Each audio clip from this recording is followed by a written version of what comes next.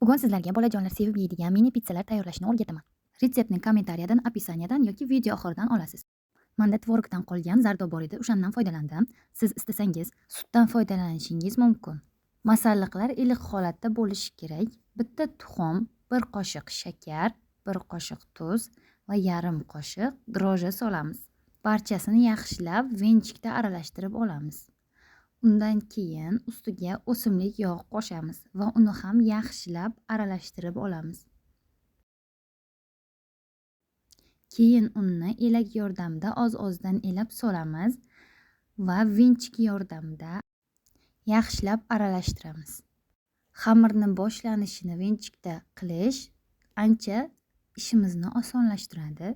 Unni kam-kamdan elab solamiz. O'ziga yetarlicha un bo'lishi kerak.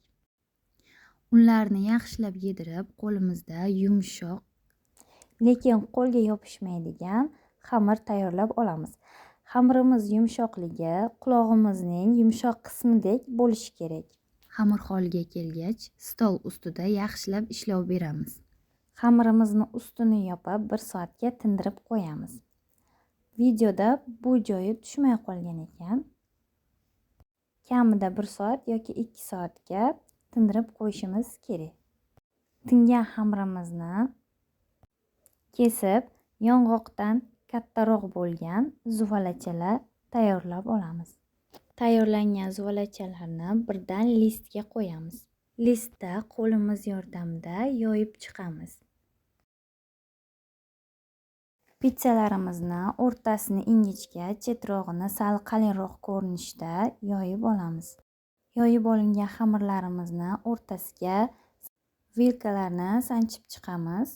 O'rtasi juda ham ishib ketmasligi uchun. Sousi uchun ketchup istasangiz, ketchup bilan mayonezni aralashtirib, surtib chiqasiz har biriga. Yaxshilab sous surtilgan xamirlarimizga nachinkasini joylab olamiz. Men nachinkasi uchun kolbasani qirg'ichdan o'tkazdim. Kolbasa yemaydiganlar bo'lsa, o'rniga qiymani ozgina yog'da qovurib solishingiz ham mumkin. Istalgan nachinkalardan foydalanishingiz mumkin, o'zingiz xohishingizga ko'ra. 180 gradusda qizigan gaz pechiga 15 daqiqaga jo'natamiz. 15 daqiqadan keyin gazdan chiqarib ustiga sir sepamiz. Qirg'ichdan o'tkazilgan sir sepiladi va yana 5 daqiqaga gaz pechiga jo'natiladi. Gazga qarab bu vaqt o'zgarishi mumkin, 1-2 daqiqaga farq qilishi mumkin. Mazali mini pitsalarimiz ham tayyor bo'ldi. Yoqqan bo'lsa like bosib, kanalimga obuna bo'lishni unutmang.